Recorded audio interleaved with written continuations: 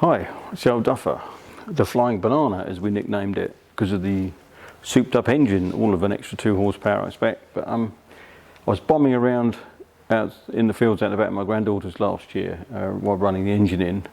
They wouldn't be on the road, spanking it to bed it down, but it's all new. And it goes quite well, it actually pulls uphill now, which was the object of the exercise. The next thing is to finish it. I know it needs a seat, needs tyres. Do we convert it to telescopic front end? Or do we just put some sort of damping or overhaul the front forks, because the front dampers are absolutely hopeless. The rear shocks are completely like Zebedee, and anybody who's old enough to remember the Magic Roundabout who knows Zebedee is. It boing, boing, that's what these do. So it needs new shocks. How far do you go? Do you strip it and powder coat the frame? It's never going to be worth the money you're going to spend on it, but to use it, it needs to be, safe and reliable.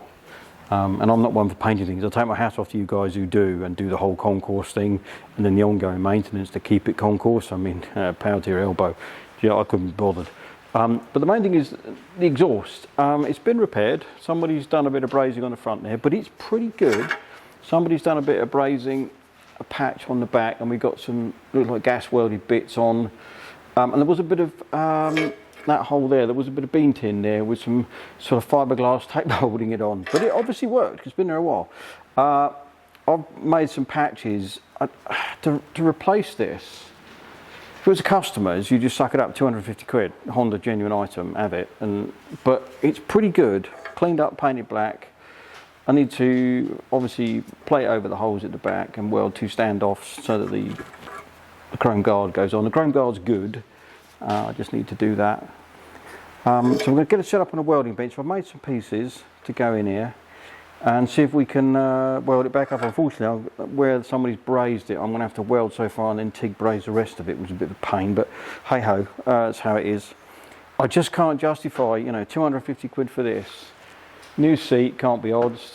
If we then put telescopic front forks on it, the front wheel won't fit because this has got leading link forks, so the tie bar is different. It has a notch with a lump on a telly to go into the brake back plate, so it won't work. So I've got to change the front wheel. So you might as well do the rear wheel. So it's a pair of wheels. And before you know it, you spend £600, £700, £800, or probably best part of £1,000 by the time you finish. That's without the engine work, and then it still looks like an old piece of junk. It is original, and I like things original, so I think we'll see what we can do with this. If I've got to buy this, I've got to buy it. But for me personally, if I can get a couple more years out of it, because I plan to ride this, believe it or not, the plan is when I go away with the caravan on the back of my Transit, if you've seen it in a few videos, has got a crane on the back. I'll get some strops so I can just pick this up around the headstock and just crane it. I don't even have to mess about a ramp, so I can just lift it up and plonk it on the back. That means when wherever I'm holidaying, visiting, I can putt around on this, which is a nice way to travel on 2 sunny summer days we get in the UK now, thanks to the powers that shouldn't be. And it saves me wobbling off ramps and falling over and all the rest of it. I did fit pit bike footrests, they're slightly lower than the original. I found it with my knee bent, I've got an arthritic knee, the way you ride these, when the knee was so bent, it was too uncomfortable. But using the pit bike foot pegs, which gains you a slightly greater foot peg to seat distance, it was more comfortable to ride, and my knee has improved due to some therapy I've been having on it, so hopefully that will improve. But let's get the set up on the welding bench, and you can see me make a complete balls of this, or succeed. It'll go one way or the other. So let's just get moved over. No idea how this is going to go, so we're just going to arc up and see what happens. I've set it about 30 amps from DC for steel. Let's see if we can get a tack on it. Might blow a hole straight in this, I have no idea. Let's just give it a go.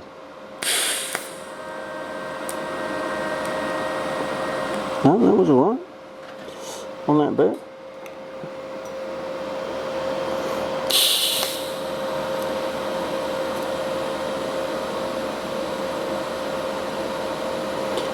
Where it's a bit thicker, where whoever's welded it with gas, but it looks a bit, it's going to need a bit more current. That's a shame. They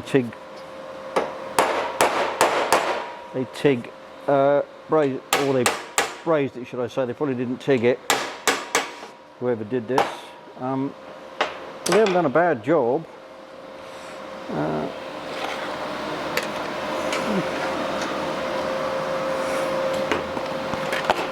You do the clamp on that. As always with these jobs, the worst bit is trying to work out how to hold it. Especially when it's round, or kind of ish round sort of. So try not to have any water traps behind it. But it looks a reasonable material. Genuine Honda exhaust, so they're going to fit. Nope, that one's not going to fit. What have we got here? Just want to hold that down a bit more, so they don't create a water trap underneath it. That's what I'm trying to achieve. Get a couple of tacks on it.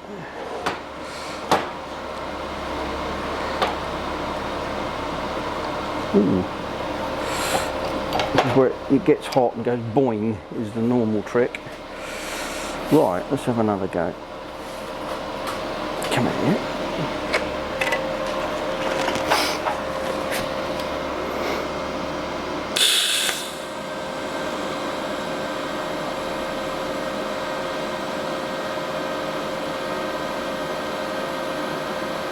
We're on a roll, it's welding, so I'm going to go for it.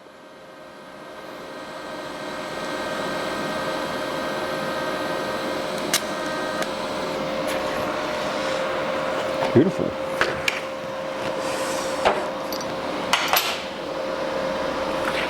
Putting that over, I don't know whether it's going to show up on the camera very well. And that bit there, the first bit, I'll see if I can get a bit down that side. I'm going to have to wind up the current a bit.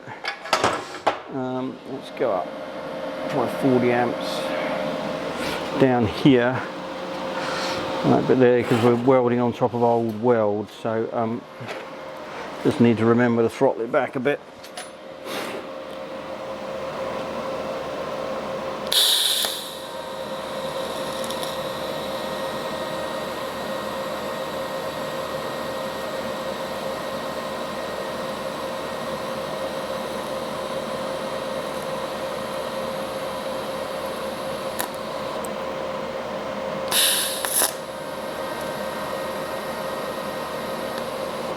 Okay, that went alright. That went really well actually. So I can get a bit up here.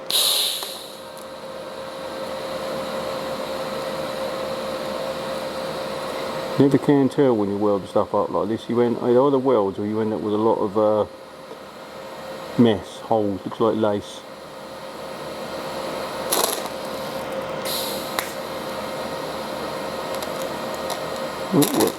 Hey, back it in. Yeah, I got a load of snot on the end of my tungsten. I'm going to clean that up. We have a bit of a blowback. So,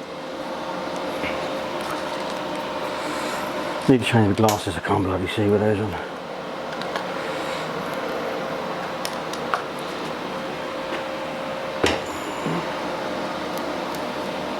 Be back in 2 minutes. Don't run away. Right.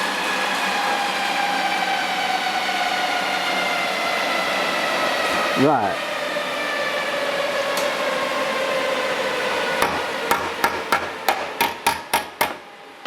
Let's keep going down the welded side for a minute as we got the current up a bit.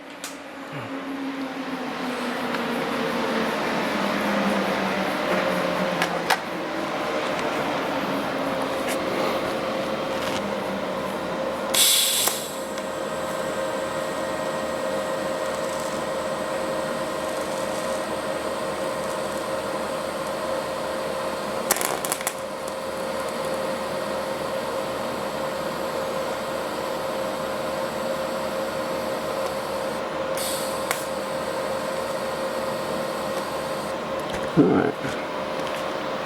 So far, so good. So it doesn't have to be pretty, this has to be functional.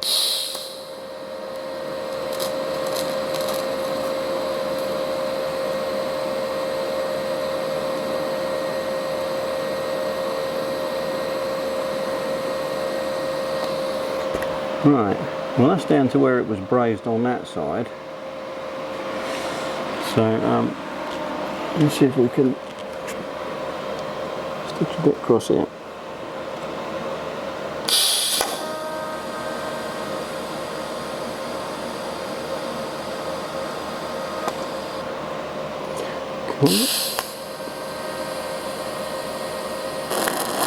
Pack it in. Joys of welding old stuff.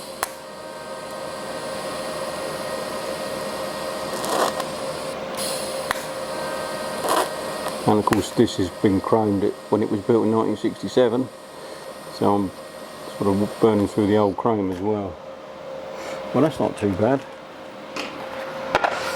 Not too bad at all. I'll turn my current down a bit. Back down to 30 amps, and I'll do that bit round there, we hope. And then I'm going to have to TIG braze the rest because somebody brazed it.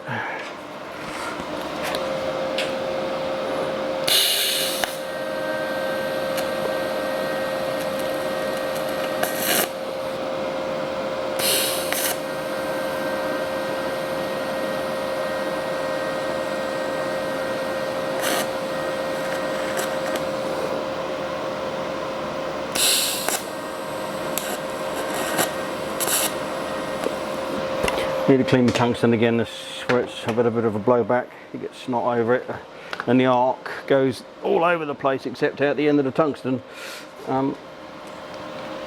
which is not desirable, and especially when you're welding things.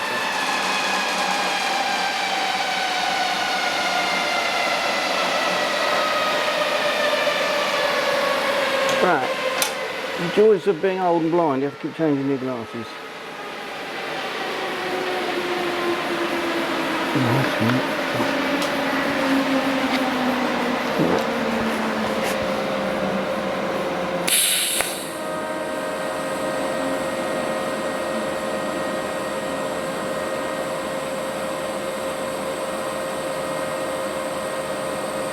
Interesting to see how the camera's picking this up, or not, as the case may be. Right, last little bit down here.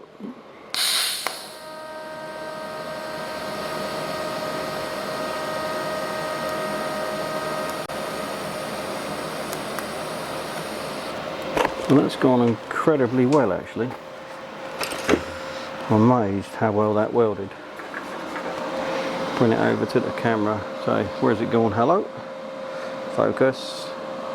I just got to do the bit there where they brazed it. I have to do that with a stupid thing of focus. I'll go dig out. I've got some TIG brazing rods, but that went incredibly well. I'm amazed, actually. I never expected it to go like that. I thought we were going to have a hell of a fight with it. But I will do the brazing last. Oh yeah, these are the bits of bean tin, if it will focus, that were stuffed over the hole. You can clearly see it's bean tin.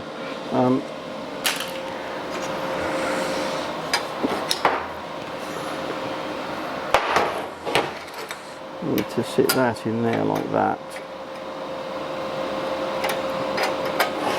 That is a what do we need her. I think I'm going to stop for a minute and then come back when I've got set up, because this is not very interesting.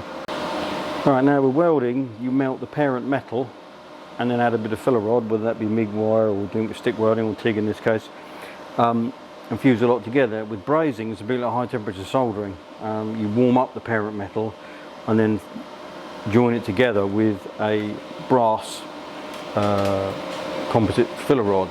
So I've turned the current right down. I might turn it down a bit more. This is going to be a suck it and see job. So I have TIG brazed before and it was quite successful. There is absolutely no guarantee that this will go the same way. Just give it a go, especially now this has got heat soaked, because obviously I've done quite a bit of welding. Let's just see what we get.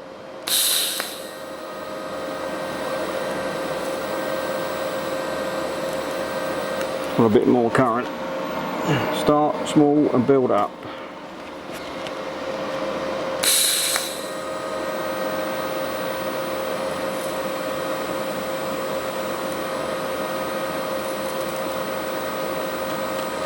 A bit more.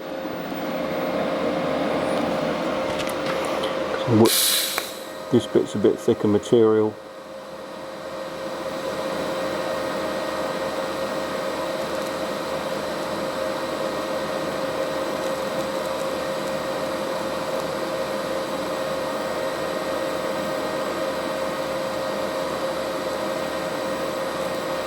Feed it in the same as welding. You just don't want to weld. You don't want to melt the parent metal. That's all. It's not the object of the exercise. Yeah, want a bit more heat.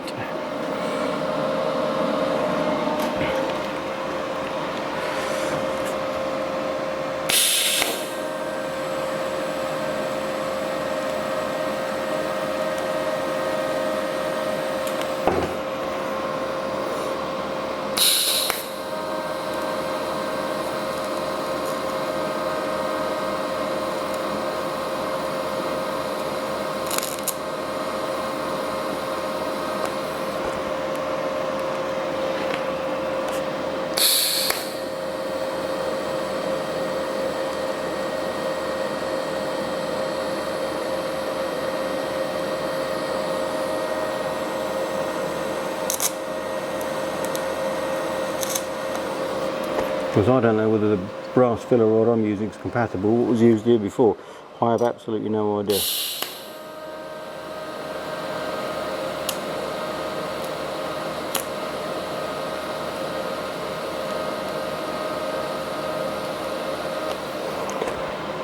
Well, that went incredibly well, actually.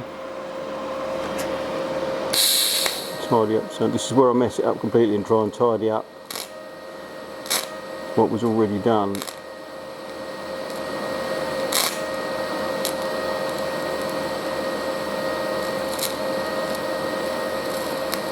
You know what they say, if it ain't broke, don't fix it.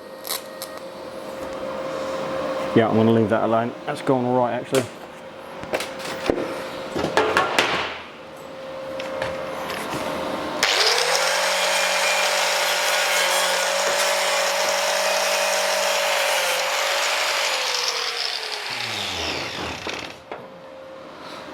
Change glasses because I can't see.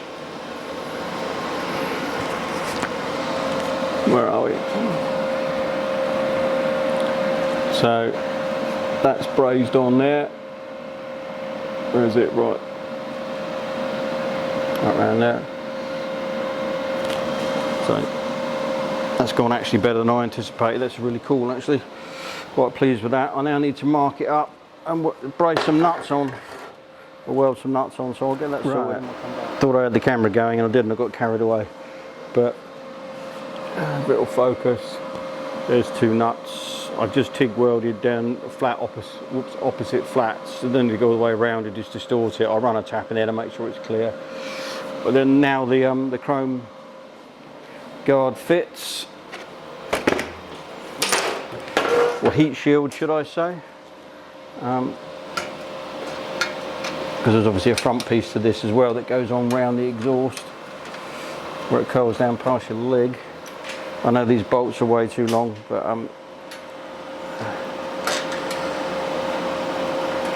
it demonstrates the principle.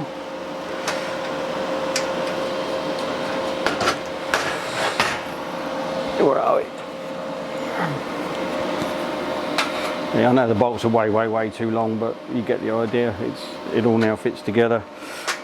So the next job is clean this up once it's gone cold, because it's a bit warm at the moment, and spray it with some heat-proof black paint and put it back on. Job's a good one, and that's good enough for me for this job. It means I can ride it, and it's structurally sound.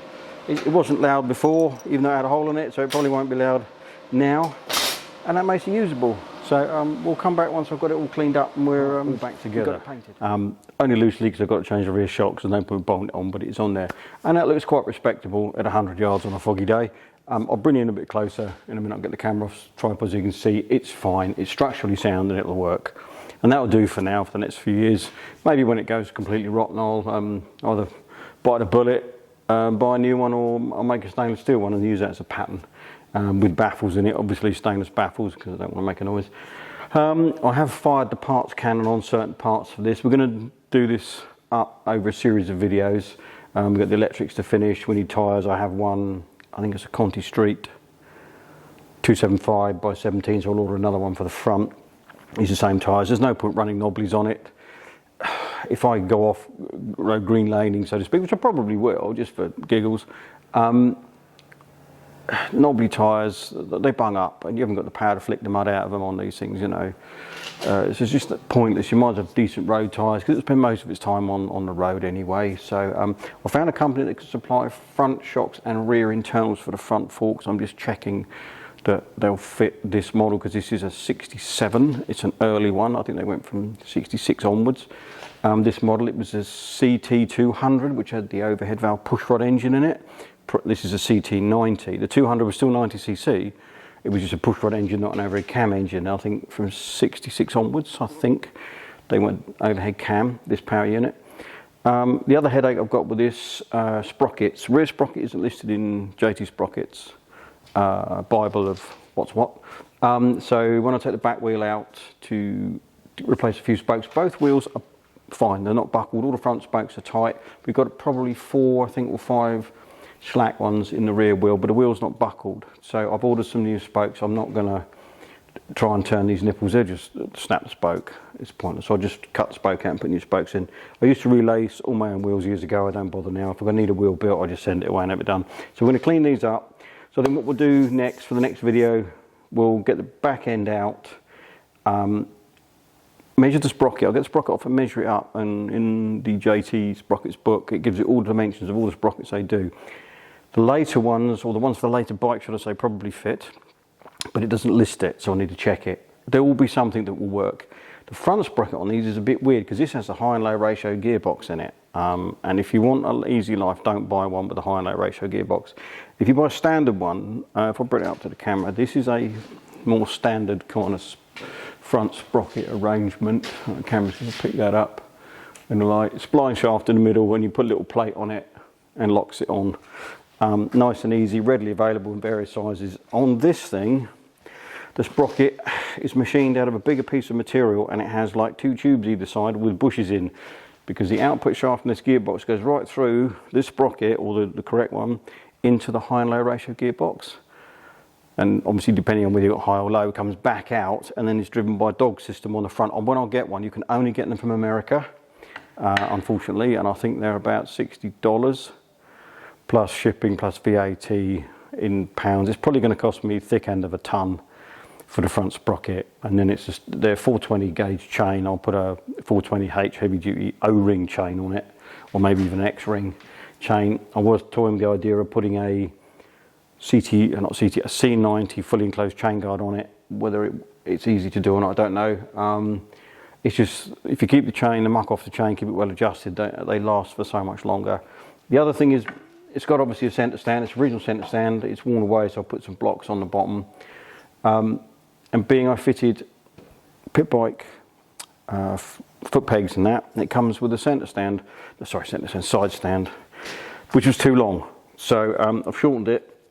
I never got around to videoing it. I've just got to paint it. But basically, very straightforward thing to do.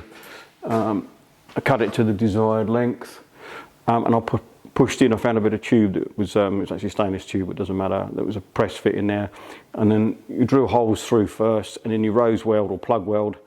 I did it with a TIG welder, so the tube's welded in, and even if you didn't weld the seam up, which I have, it won't snap, and that'll be fine.